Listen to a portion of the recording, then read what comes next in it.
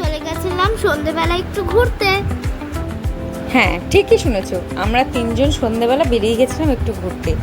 আমি, ননি আর ননির বাবা। বাবা তো প্রথমে কিছুতেই রাজি হচ্ছিল না, আমরা দুজনে মিলে অনেক কষ্টে রাজি করেছি। বাবা তো গুছিয়ে আগেই বেরিয়ে গেছে। আমি আর ননি দুজনে আয়নার সামনে দাঁড়িয়ে দাঁড়িয়ে একটু ছবি তুলছিলাম, ভিডিও করছিলাম। দেখো কত ঢং করছে।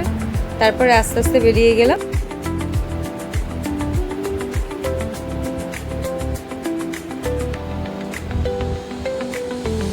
কোথায় যাচ্ছিস? কি খাবি? কি খাবি? জানি না, মোটামুটি ফুচকা খাবো। বাবাকে দিতে হবে। ঠিকই শুনেছো, আবদারটা ছিল ফুচকা খাওয়া। তাই আমরা বেরিয়ে পড়লাম তিনজন মিলে। দেখো বাবা গাড়ি মুছছে, এটা আমাদের কিন্তু মন্দির। সত্যি বলতে আমরা অটোতে চড়তে বেশিই ভালোবাসি স্কুটি থেকে। তাই আমরা তিনজনে অটো নিয়ে বেরিয়ে পড়লাম আমাদের ঘোরার উদ্দেশ্যে।